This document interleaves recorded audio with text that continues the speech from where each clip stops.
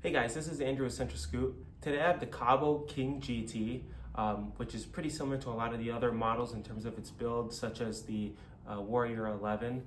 And I'm going to take some time to really talk about the circuitry, talk about how things are connected, because sometimes when you open this up, it can be pretty confusing. In this particular model, it had an error 30 when you try to go into dual motor mode. So it works fine with just a single motor, but then when you try to switch to dual motor, it'll error 30. And we ended up diagnosing that it was the controller that was the reason. And so I'll briefly walk you through how to swap out a controller as well. So let's just jump right into it. So I want to take some time to talk about how this is hooked up, because sometimes it can be a little bit intimidating with how the wiring is and the intermediate step-down module that they have in the Kaabo. So let's take a look to see how this thing's wired. So first you have your power module display right here. This is the power button that then connects to the display, and the display feeds down the main harness down into the compartment here. If you were to trace that wire down, you would find that that harness is basically being fed right into this outer spot here. Now, to kind of, because it's chicken wire in there, it's pretty hard to see what's going on. I have a similar step down module here, and I went ahead and diagrammed how everything is showing continuity through. And so the main harness that's coming from the top TFT display goes into here, which is basically this red component right there. And this basically has continuity with the vast majority of the cables coming out of the step-down unit and going into the two controllers. So the bigger one in the middle, the one with 9-pin, that's the main controller, which feeds the rear motor. And so you could see that here, you know, that's that middle one right there. And if you were to trace down where it's going, up, it's going to controller A, and controller A is feeding the rear motor that then yeah, there it is right there. Whereas the secondary controller, which feeds the front motor, is this third one right here.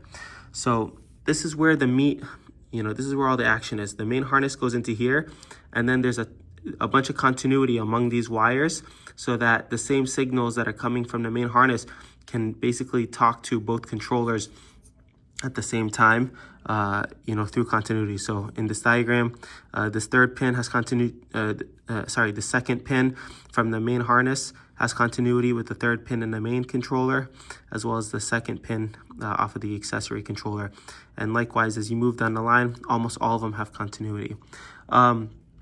These are all basically accessory inputs, and so you've got a bunch of your lights that are feeding into here. So you've got your lights, but these are not critical for the function of the scooter. You know, the only thing that's critical is the main harness getting information from the display, which then feeds the two controllers, and you know, that's what you need to get the scooter going.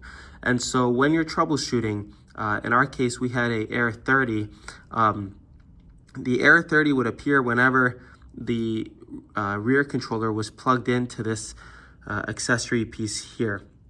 However, once you would unplug that, the error 30 would go away. Granted, you couldn't actually get the motor to go, obviously, because it's not getting input. But once you unplug that, then the error 30 went away.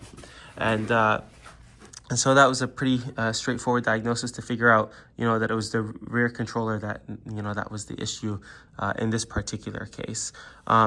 Quick overview, a lot of this is, you know, pretty obvious from other scooters, but I'll just go over it in case this is new to anyone.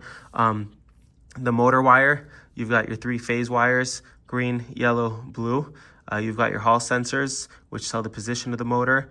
These are pretty standard. There's 5 pins coming out of here, and these both feed into the appropriate controller.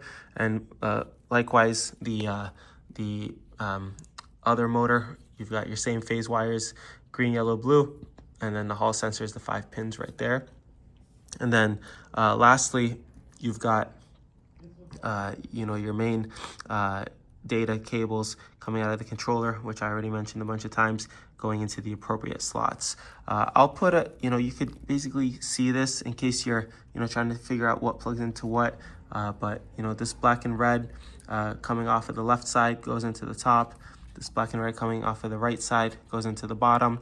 The rest is pretty straightforward, color coded, green for green, blue for blue, yellow for yellow, and then black for black. And a lot of these have continuity. So, these have continuity, these have continuity, these have continuity.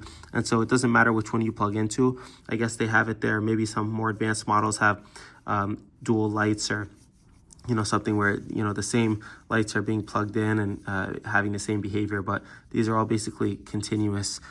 So they have duplicate functions.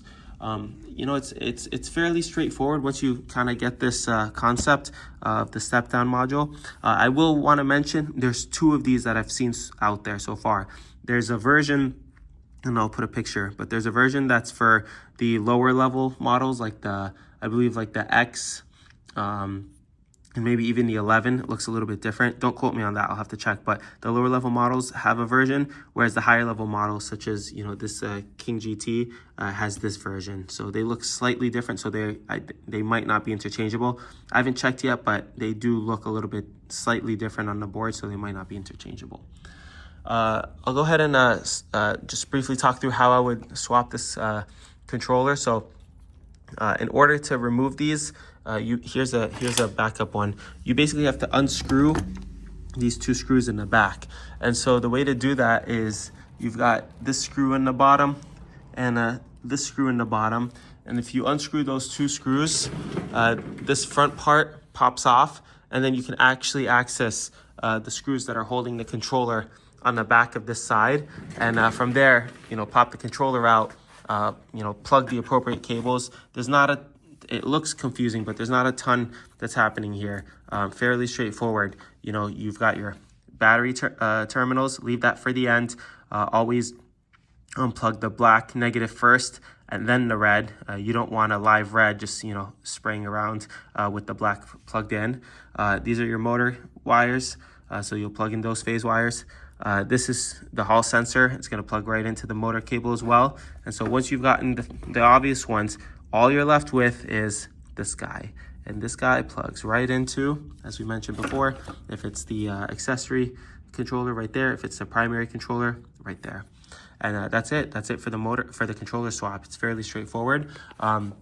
Just takes a little bit of work to kind of bunch it up and get it so that the case can rest. And so if you don't have to open this up, I would not do it, because it is kind of a pain in the butt to get it all perfect so that it doesn't pinch as you're closing it back up. But it's not impossible. I found that these extra guys, these usually are communications between the controllers to sync up, or maybe it's like a learning cable. They were unplugged when I opened it up, and they're not necessary for the function of the scooter. So, I would just leave this unplugged. And that's it. If you have any questions, just leave it in the comment section below, and I'll try to get to them. And thanks for watching this video. If you enjoyed it, please like and subscribe, and we'll see you in the next video.